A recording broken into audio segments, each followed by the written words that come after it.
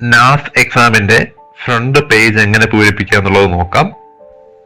ആദ്യത്തെ ഭാഗത്തില് ഇത് 2017 മോഡലാണ്. ഈ മോഡലിൽ നിന്ന് ഒരുപാട് മാറ്റം വന്നിട്ടുണ്ട്. 2021 മോഡലില് നമുക്ക് അതും ഒന്ന് പരിചയപ്പെടാം. അപ്പോൾ ജസ്റ്റ് ഒന്ന് നോക്കുക. School code, ID, Aadhaar number തുടങ്ങിയവ കാര്യങ്ങളൊക്കെ അത് വരുന്നു. റൂറൽ ആണോ അർബൻ ആണോ എന്നുള്ള കാര്യം പറയുന്നു. Social group, CWSN, students name, schools name, district, state തുടങ്ങിയ കാര്യങ്ങൾ എഴുതാനുള്ള ഒരു പേജ് നൽകിയിട്ടുണ്ട്. അതിൽ നിന്ന് ഒരുപാട് വ്യത്യാസം വന്നിട്ടുണ്ട്. 2021 പേജില് ഇവിടെ സ്കൂൾ കോഡ് കൊടുത്തിട്ടുണ്ട്. ഇത് എഴുതുന്നത് ടീച്ചറാണ്. FI observer, teacher to write, ടീച്ചറാണ് എഴുതുന്നത്. തൊട്ടു താഴെ സ്റ്റുഡൻസ് നെയിം ഉണ്ട്. ഈ നിർദ്ദേശങ്ങൾ ഒന്ന് സ്ക്രീൻഷോട്ട് എടുത്ത് വെച്ചേക്കുക, ജസ്റ്റ് വായിച്ചേക്കുക. ആദ്യ പേജിലെ വിവരങ്ങൾ മാൻഡേറ്ററി ആണ്, നിർബന്ധമായിട്ടും എഴുതണം. പരീക്ഷാ സമയം എന്ന് പറയുന്നത് 10:30 മുതൽ 12 വരെയാണ്. 3-ാം ക്ലാസ്സിന് 5-ാം ക്ലാസ്സിന്. ഇപ്പൊ 3, 6, 9 ക്ലാസ്സുകൾക്കാണ് പരീക്ഷയുള്ളത്. ഇംഗ്ലീഷിൽ തന്നെ എഴുതുക എന്നുള്ളതിന് ഇപ്പൊ മലയാളം അവൈലബിൾ ആണ്. അന്താരാഷ്ട്ര നമ്പറിൽ എഴുതുക എന്നുള്ളത് ഉദ്ദേശിക്കുന്നത് 1, 2, 3 എന്നുള്ളതായിരിക്കും. മലയാളം അതുപോലെ ഇംഗ്ലീഷ് ട്രാൻസ്ലേറ്റ് ചെയ്തതായിരിക്കും ഒരു പക്ഷേ സംഭവം എന്താണെന്നുള്ളത് വന്നേക്കുന്നത്. നീല, കറുപ്പ് തുടങ്ങിയ ബാൾ പേനകളോ പെൻസിലോ ഉപയോഗിക്കുക. പേന ഉപയോഗിക്കാൻ പറഞ്ഞിട്ടുണ്ടെങ്കിൽ പേന തന്നെ ഉപയോഗിക്കാതായിരിക്കും നല്ലത്. OMR പേജ് കുട്ടികളെ ഒന്ന് പരിചയപ്പെടുത്തുക. എഴുതേണ്ട രീതി 1, 2, 3, 4 ബബിളിങ് തുടങ്ങിയ കാര്യങ്ങൾ അടയാളപ്പെടുത്തുക.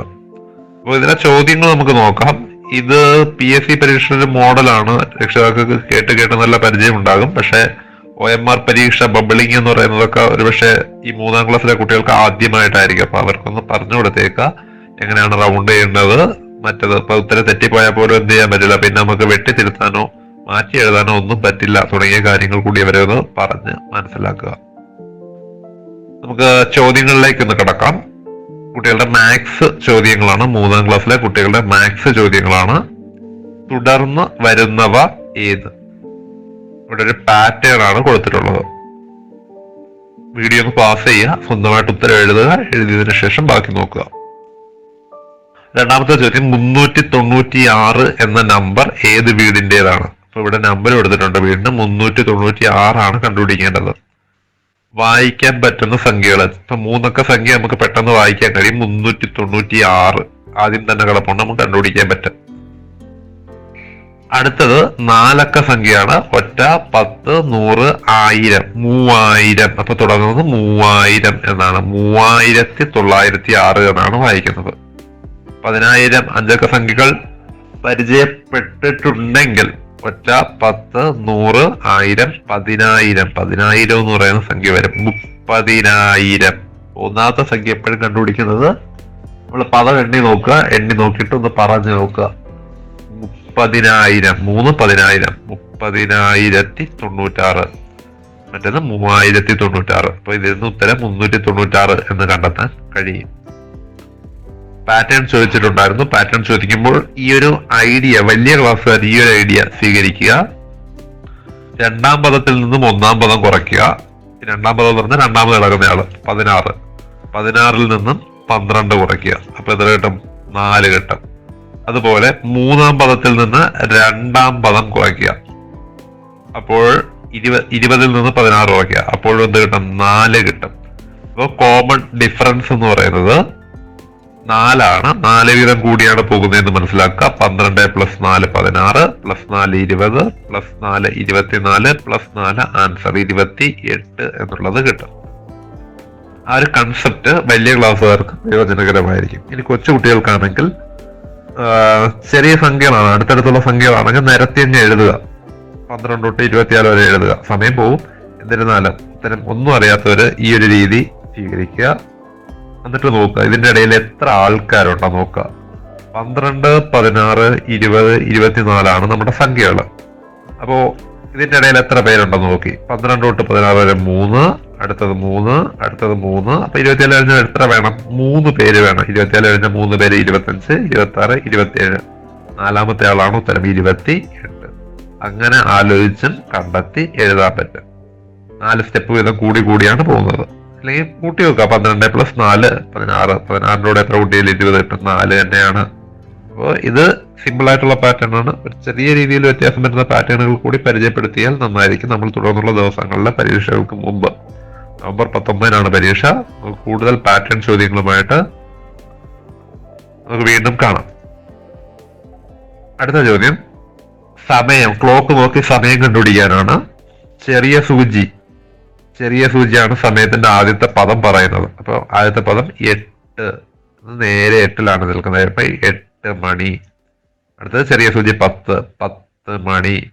അടുത്തത് 12ന്റെയും 1ന്റെയും ഇടയിലാണ്. അപ്പൊ 12 ഈ 8 എന്ന് പറയുന്നത് എങ്ങനെ എണ്ണി കൊടുക്കണമെന്നുള്ളത് കൂടി പറയുക. അപ്പൊ 12 മണി, അതിനുശേഷം 8 എന്ന് പറയുന്നത് 5 വീതം കൂടിയാണ് ഇതിന്റെ ഇടയിലുള്ള. എണ്ണി നോക്കിയാൽ ആദ്യം എന്ന് പറയാം. ആദ്യമേ 1 2 3 4 5, ഇതിന്റെ ഇടയിൽ 5 മിനിറ്റ് ആണുള്ളത്. അതായത് 1 വരെ എത്തുമ്പോൾ എത്ര മിനിറ്റ് ആവും? 5 മിനിറ്റ്.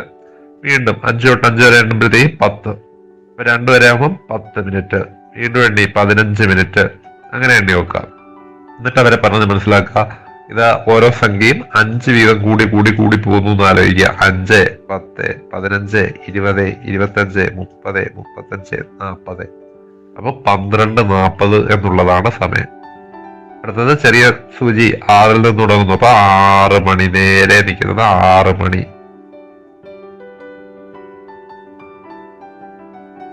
അടുത്ത ചോദ്യം സ്ഥാനവിലയുമായിട്ട് ബന്ധപ്പെട്ട് വരുന്ന ചോദ്യമാണ്. ഒരു ബലൂൺ കമ്പനി ബലൂണുകളിൽ 9 സംഖ്യകൾ അച്ചടിച്ചിട്ടുണ്ട്.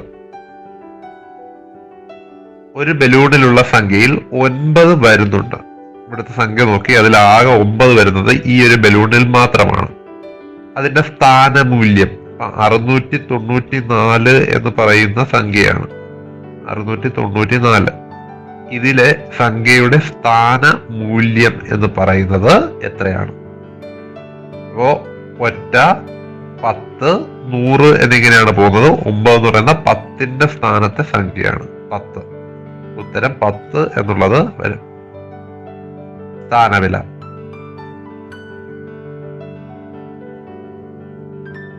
വീണ്ടും ക്ലോക്കുമായിട്ട് ബന്ധപ്പെട്ട ചോദ്യം. ഒരു തീവണ്ടി രാവിലെ 8:20 പ്ലാറ്റ്ഫോമിൽ എത്തുകയും 8:57 പോവുകയും ചെയ്തു.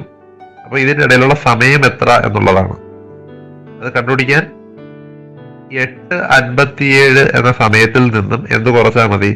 8:20 എന്ന് പറയുന്ന സംഖ്യ കുറച്ചാൽ മതി. അപ്പൊ നമുക്ക് ആ ഉത്തരം കിട്ടും. 8:20 കഴിഞ്ഞ് 10 മിനിറ്റ് കൂടെ ആകുമ്പോൾ 8:30 ആവും. പിന്നെ 8:30യിൽ നിന്ന് എത്ര കൂടെ കൂടണം എന്ന് വിചാരിച്ചാലും മതി. എളുപ്പമുള്ള വഴി കുറയ്ക്കുക എന്നുള്ളതാണ്. 8:57 നിന്നും 8:20 കുറച്ചാൽ മതിയാകും. 37 മിനിറ്റ് എന്നുള്ളത് കിട്ടും. 37 20 37 47 57 എന്നുള്ളത് കിട്ടും. അടുത്തത് ഗുണനപ്പട്ടികയുമായിട്ട് ബന്ധപ്പെട്ടതാണ്. ഒരു പശുവിന് 4 കാലുണ്ടെങ്കിൽ, അപ്പൊ 1 × 4, ഒരു പശുവിന് 4 കാല്, 1 × 4 4. അങ്ങനെയാണെങ്കിൽ 7 × 4 എത്ര വരും? 28 എന്നുള്ളത് വരും.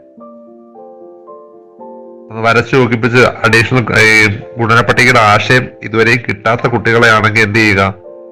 ഒരു പശുവിന് ഒന്ന് ചെറുതായിട്ട് വരയ്ക്കുക. അതൊരു പശുവാണെന്ന് പറയാം. പശു എന്ന് പറഞ്ഞിട്ട് അതിന് 4 കാലുണ്ട്. അപ്പൊ അടുത്ത പശു കൂടെ വരുമ്പോ എത്ര കാലുണ്ട്? 2 പശു വരുമ്പോ 8 കാലുണ്ട്. മൂന്നാമത്തെ പശുവിനെ കൂടെ വരയ്ക്കുക. എത്ര കാലുണ്ട്? 4 കാല്. അപ്പോഴത്തേക്ക് അത് 3 തവണ 4 കൂട്ടുക എന്നുള്ള ആശയം വരും.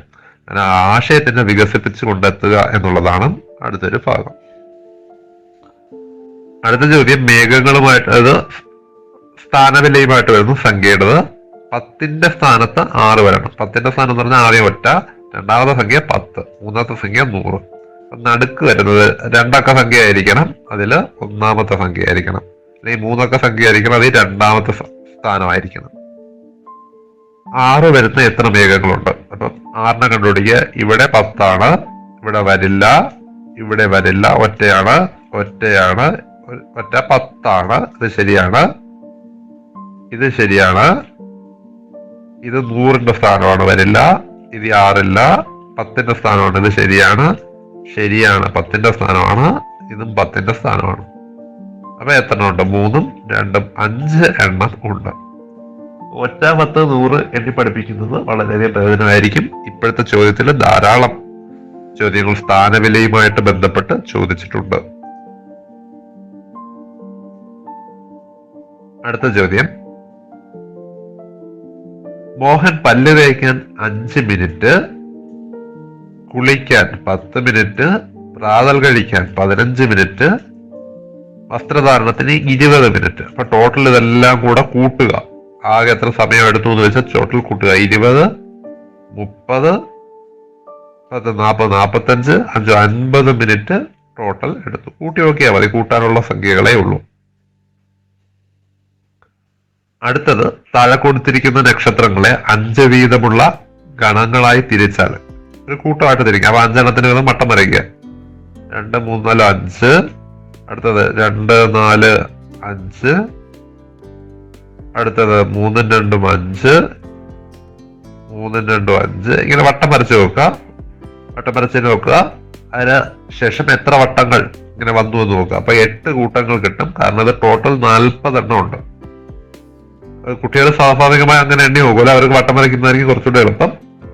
നമ്മള് മുതിർന്നവർക്ക് വേണ്ടി മനസ്സിലാക്കാൻ വേണ്ടി 3, 2, 5, 2, 7 എണ്ണം ഉണ്ട് ഒരു വരിയിൽ. 7, 14, 21, 28, 35, 42. 7ന്റെ പട്ടികയിൽ പോകുന്നു. ഇവിടെ 2 എണ്ണത്തിന്റെ കുറവുണ്ട്. 42 2 കുറച്ചാൽ 40. 40 ഡിവൈഡഡ് ബൈ 5 സമം 8 എന്നുള്ളതാണ് കൺസെപ്റ്റ്. എത്ര വീതം കൂട്ടങ്ങളാക്കാം എന്നുള്ളതാണ് പരീക്ഷയുടെ ചോദ്യം. ഈ വാക്ക് മനസ്സിലായില്ല. സമകോണ ചതുർഭുജങ്ങൾ. സമചതുരങ്ങളാണോ ഉദ്ദേശിക്കുന്നതെന്ന് അറിയില്ല. സമചതുരങ്ങളാണെങ്കിൽ എത്ര എണ്ണം ഉണ്ട്? ഈ വലുത് കൊടുത്തേക്കുന്നത് അവിടെയും ഇവിടെയും ഓരോ സമചതുരമാണ്. ഇതിന്റെ അകത്തുള്ളതും ഓരോ സമചതുരമാണ്. ആണോ? ഈ ചോദ്യം, ഈ വാക്ക് എനിക്ക് കൃത്യമായിട്ട് മനസ്സിലായില്ല. എന്താണ് എന്ന് ഉദ്ദേശിക്കുന്നത് മനസ്സിലായില്ല. സമചതുരം, ചതുരം ഒരേപോലെ ഉള്ളത് ഇതിന്റെ അകത്ത് 1, 2, 3 എണ്ണം ഉണ്ട്. 4 എണ്ണം കൊടുത്തേക്കുന്നു. എനിക്ക് ഈ കൺസെപ്റ്റ് മനസ്സിലായില്ല. എനിക്ക് ഈ ചോദ്യത്തിന്റെ ഉത്തരം അറിയില്ല. ഇത് ഉത്തരം അറിയാത്തവരൊന്ന് കമന്റ് ചെയ്തേക്കാൻ പറഞ്ഞാലുള്ള പ്രോബ്ലം. നമ്മുടെ വീഡിയോ കുട്ടികൾക്ക് വേണ്ടിയുള്ള വീഡിയോ ആയതിനാൽ കമന്റിങ് അനുവദനീയം അല്ല. ആ ഒരു പ്രോബ്ലം ഉണ്ട്. മറ്റ് ഈ ചാനലിലുള്ള ഏതെങ്കിലും വീഡിയോയുടെ കീഴിൽ കമന്റ് ചെയ്യാൻ കഴിയുമെങ്കിൽ ഒന്ന് കമന്റ് ചെയ്തേക്കാം. 27 നാഫ് എന്ന് കൊടുത്ത് കമന്റ് ചെയ്തിരുന്നാൽ അത്രയും നല്ലത്. ബാക്കിയുള്ളവർക്ക് പ്രയോജനകരമായിരിക്കും. അപ്പോൾ ഇതൊക്കെയായിരുന്നു ചോദ്യങ്ങൾ. നമുക്ക് പുസ്തകങ്ങളിൽ നിന്ന് EVS നിന്ന് ഉള്ള ഭാഗങ്ങൾ ഇതുപോലെ മലയാളം മീഡിയത്തിന് വേണ്ടി പ്രത്യേക 1 വേർഡ് ചോദ്യങ്ങൾ മൾട്ടിപ്പിൾ ചോയ്സ് ഓർഡറിൽ അടയാളപ്പെടുത്തി നിങ്ങൾക്ക് പഠിക്കാൻ നൽകുന്നതായിരിക്കും. ആദ്യ ക്ലാസ് നമ്മൾ ചെയ്തിട്ടുണ്ട്. ഇത് 2ാമത്തെ ക്ലാസ് ആണ്. ആദ്യ ക്ലാസ്സിന്റെ ലിങ്ക് തൊട്ട് താഴെ ഡിസ്ക്രിപ്ഷൻ ബോക്സിൽ അവൈലബിൾ ആയിരിക്കും. അപ്പൊ എല്ലാവർക്കും നല്ല രീതിയിൽ പരീക്ഷ എഴുതാൻ കഴിയട്ടെ എന്ന് ആശംസിക്കുന്നു. നമുക്ക് മറ്റൊരു വീഡിയോയുമായി തുടർന്നുള്ള ദിവസങ്ങളിൽ വീണ്ടും കാണാം.